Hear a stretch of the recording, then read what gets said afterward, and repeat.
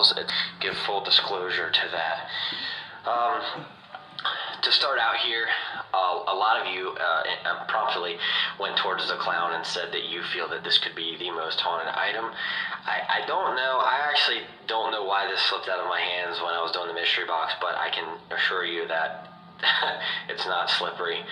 Another person actually on Twitter said that it's bad luck if you knock out the eyes of a baby doll. Never heard that before, but then again, I'm not a girl and I've never played with baby dolls, so I don't know. So what I'm going to do is start a spirit box session and see if there's anything attached to these. And we're going to do process of elimination tonight.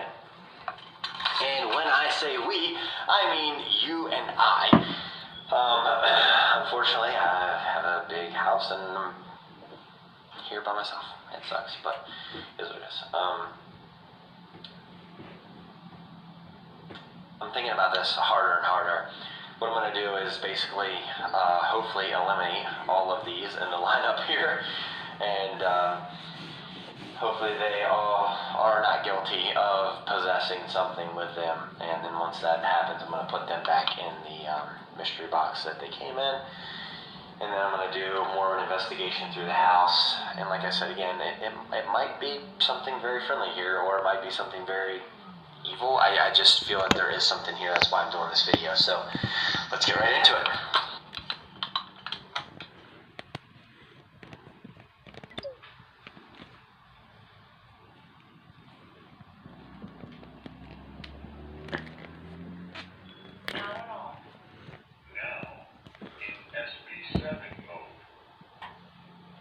So as you can see, I have the spirit box here. Just gonna do a quick spirit box session. See if we can get any answers.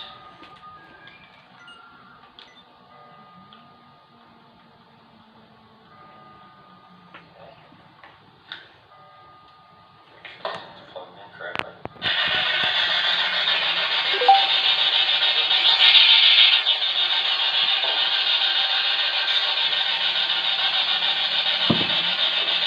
Are there any spirits here in my house?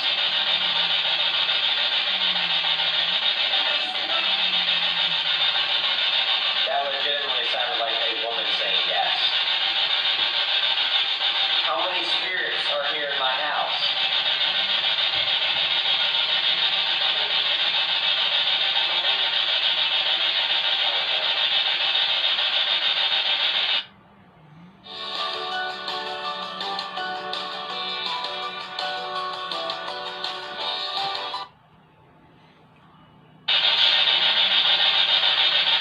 Can you repeat yourself?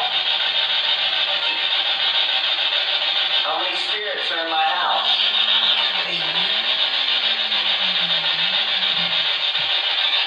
What is your name?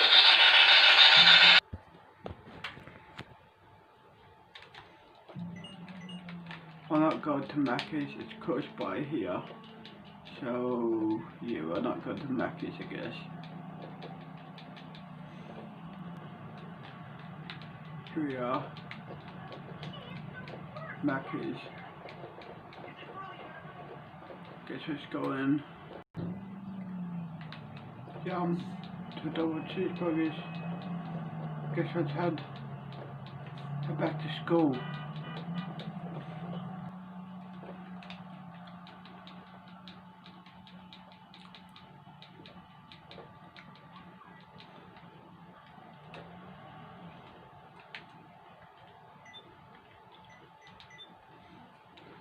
The door open, and he ran into the woodland. In anger, my dad took the rifle out of my hands and started shooting into the night, in hopes of one of the rounds catching him. The next morning the police were called, but could do nothing about it apart from file a report. I didn't know if it was the man from the river or not, so again I ended up saying nothing. I thought if I did, I could get an innocent man arrested. Around 2 weeks later, I still hadn't gotten over what had happened. On that day's paper, we saw an article titled 18-year-old boy murdered in his sleep. I translated this as best as I could from Albanian. At the bottom of the article, There was a picture of the man I saw at the river, with the same surprised expression, as if he had no idea what was going on. My parents didn't let me fully read the article, knowing it would just make me feel worse. To this day, I feel two things.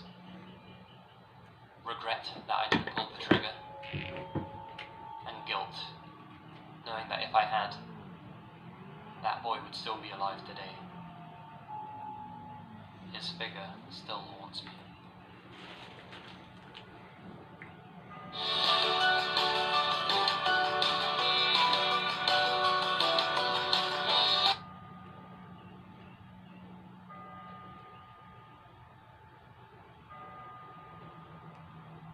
Welcome back, guys, to Most Amazing Top 10.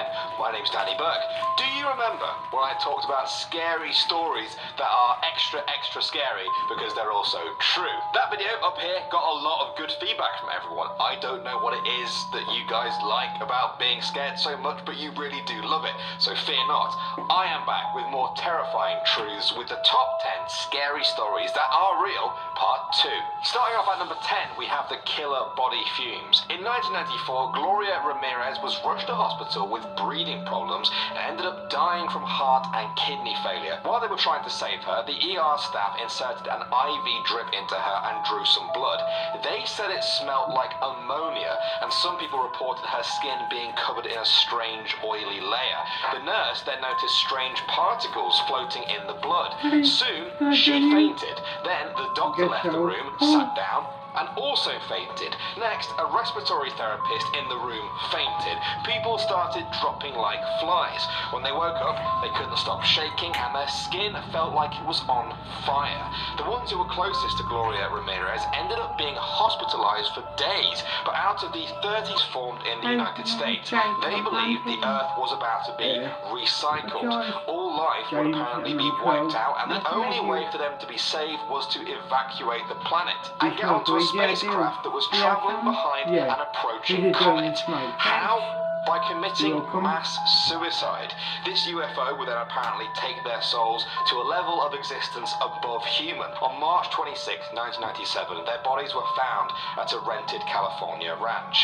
38 members had killed themselves by taking a lethal cocktail. Police found all of them lying neatly in their own bunk beds. Their faces were covered with a square purple cloth. All of them had black sweatpants and joggers on, brand new Nike shoes and armband patches that said Heaven's Gate Away Team. This was not a joke. Tapes that they had recorded before the mass suicide can be found on YouTube right now. Coming in at number 7, we have Facebook from Beyond the Grave. In 2014, Reddit user Nate SW shared a very chilling story. On the 7th of August 2012, his girlfriend Emily was killed in a car crash. They had been dating for 5 years.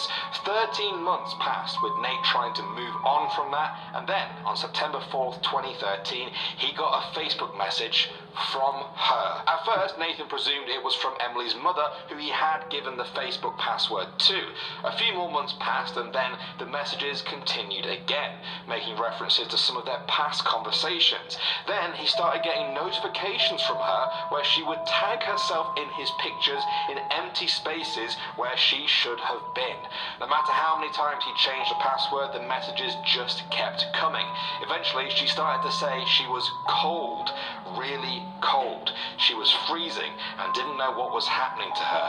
To this day, Nathan still doesn't know if this was some sort of sick joke or a chilling message from beyond the grave. In at number 6 now, we have Joseph Metheny. Before our story even begins, Joseph had already killed 10 people in a number of different grisly ways. The victims were usually crack cocaine addicts or prostitutes that he would hack to death with an axe under a bridge. One witness, who was just fishing nearby, got beaten to death with a steel pipe simply for just seeing a murder take place. Joseph was still not caught, and so he opened his own burger stand. Like you do. Now, whenever he killed a new prostitute, he would use the meat in his burgers that he would sell to people.